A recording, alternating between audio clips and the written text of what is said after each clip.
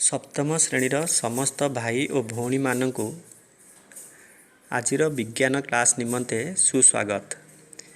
आज आम विज्ञान बहिर दशम अध्याय उद्भिदरे वंश विस्तार पाठर उद्भिदरे लिंगीय जनन किपरि हुए ताहा विषय आलोचना करिबा। आवृत बीजी उद्भिदरे जननांश गुड़िक फूल मध्यरे थाए। फूलर विभिन्न अंश हैला वृत्तिमंडल, दलमंडल, पुकेसर चक्र और फलिका चक्र। पुकेसर और फलिका चक्रर फलिका हेउची फूलर जननांश। एथिरे जायक बा जनन कोष मान थांती। कखारु और अमृतभंडा भली उद्भिदर फूलरे केवल केसर बा केवल फलिका थिबा जोगु एहीपरि उद्भिदर फूल को एक लिंगी फूल कहा जाए। सेहीपरि मंदार, सोरिष इत्यादि उद्भिदर फूलरे उभय केसर और फलिका थिबा हेतु एहीपरि फूल को द्विलिंगी फूल कहा जाए। एबे आमे पराग संगम बा परागण कौन जानिबा। समायन पूर्वरु फूलरे थिबा पराग रेणु विभिन्न माध्यम रे आसी गर्भ शीर्षरे पड़े। एहाकू पराग संगम बा परागण कहा जाए। एही परागण दुई प्रकारर, एक स्वपरागण और द्वितीयटी परपरागण। एबे आमे स्वपरागण कौन ताहा जानिबा। केतेक उद्भिदरे गोटिए फूलर पराग रेणु सेही फूलर गर्भ शीर्षरे बा सेही उद्भिदर कौनसी फूलर गर्भ शीर्षरे पड़ी ताहार डिंबाणु को समायन करे। एहाकू स्वपरागण कहा जाए। एथिरे पराग रेणु कम नष्ट होइथाए। एही प्रक्रिया रे समायन और नूतन आपत्य जातर संभावना अधिक थाए। चिन्ना बादाम, चना और मटर फूल इत्यादि रे स्वपरागण होइथाए। एबे आमे परपरागण कौन ताहा जानिबा।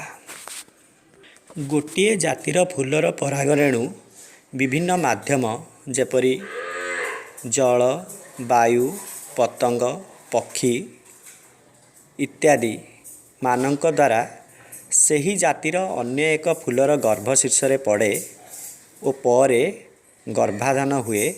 एहाकू परपरागण कहा जाए। परपरागण द्वारा सुस्थ सबल आपत्य जात होइथांती। एहा द्वारा उन्नत और संजीवतापूर्ण मंजी सृष्टि होइथाए।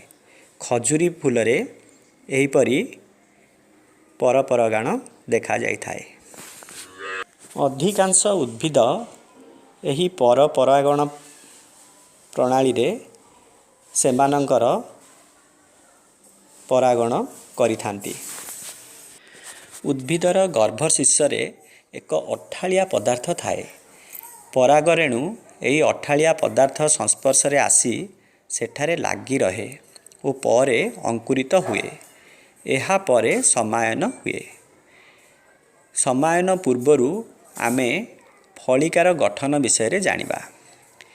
फलिकार तीनोटी अंश थाए। एहार स्वीत शेष भाग हेउची गर्भाशय, मध्य भागटी गर्भदंड बा शलाका कहा जाए और उपरी भाग गर्भशीर्ष अटे।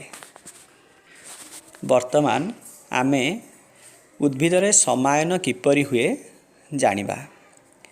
सपुष्पक उद्भिदरे स्त्री केसर चक्रर डिंबकरे भ्रूणाशय थाए।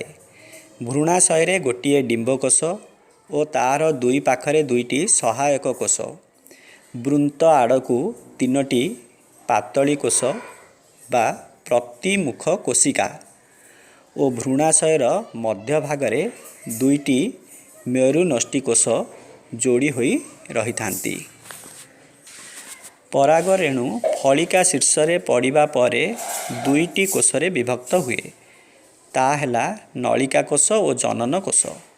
ନଳିକା କୋଷରୁ ନଳିକା ବାହାରି ଶଳାକା ବା ଗର୍ଭଦଣ୍ଡ ମଧ୍ୟ ଦେଇ ଡିମ୍ବକ ମଧ୍ୟରେ ପ୍ରବେଶ କରେ। ଡିମ୍ବକ ମଧ୍ୟରେ ପ୍ରବେଶ କରିବା ସମୟରେ ଜନନ କୋଷଟି ବିଭାଜିତ ହୋଇ ଦୁଇଟି ପୁଃଯୁଗ୍ମକରେ ବିଭକ୍ତ ହୁଏ। ସେଥିରୁ ଗୋଟିଏ ପୁଃଯୁଗ୍ମକ ଭ୍ରୂଣାଶୟରେ ଥିବା ଡିମ୍ବକୋଷ ସହିତ ମିଶି ଯୁଗ୍ମଜ ଗଠନ କରେ। ଏହାକୁ ସମାୟନ କୁହାଯାଏ। ଏହି ଯୁଗ୍ମଜ ବଢ଼ିଲେ ଭ୍ରୂଣ ହୁଏ ଓ ଭ୍ରୂଣରୁ ନୂତନ ଉଦ୍ଭିଦ ବଢ଼ିପାରେ।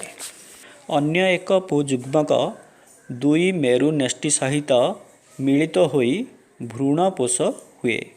ଏହି ଭ୍ରୂଣପୋଷ ଯୁଗ୍ମଜକୁ ବଢ଼ି ଭ୍ରୂଣ ଦେବା ପାଇଁ ସାହାଯ୍ୟ କରିଥାଏ। ପ୍ରକୃତରେ ସପୁଷ୍ପକ ଉଦ୍ଭିଦରେ ଦୁଇଟି ସମାୟନ କ୍ରିୟା ଦେଖିବାକୁ ମିଳେ। ପ୍ରଥମଟି ହେଲା ଗୋଟିଏ ପୁଃଯୁଗ୍ମକ ସହିତ ଡିମ୍ବାଣୁ ବା ଡିମ୍ବକୋଷର ସମାୟନ ଓ ଅନ୍ୟଟି ହେଲା ଦୁଇ ମେରୁନେଷ୍ଟି ସହିତ ଦ୍ୱିତୀୟ ପୁଃଯୁଗ୍ମକର ମିଳନ। ଏଠାରେ ଦୁଇଟି ମେରୁନେଷ୍ଟି ସହିତ ଗୋଟିଏ ପୁଃଯୁଗ୍ମକ ଏପରି ତିନୋଟି କୋଷର ମିଳନ ହୋଇଥାଏ। ସପୁଷ୍ପକ ଉଦ୍ଭିଦରେ ଏହି ସମାୟନ ପ୍ରକ୍ରିୟାକୁ ଦ୍ୱିସମାୟନ ଓ ତ୍ରିସଂଯୋଜନ କୁହାଯାଏ। ଦ୍ୱିସମାୟନ ପରେ ଡିମ୍ବକଟି ମଞ୍ଜିରେ ପରିଣତ ହୁଏ ଓ ଡିମ୍ବାଶୟଟି ବଢ଼ି ଫଳଟିଏ ଜାତ ହୁଏ।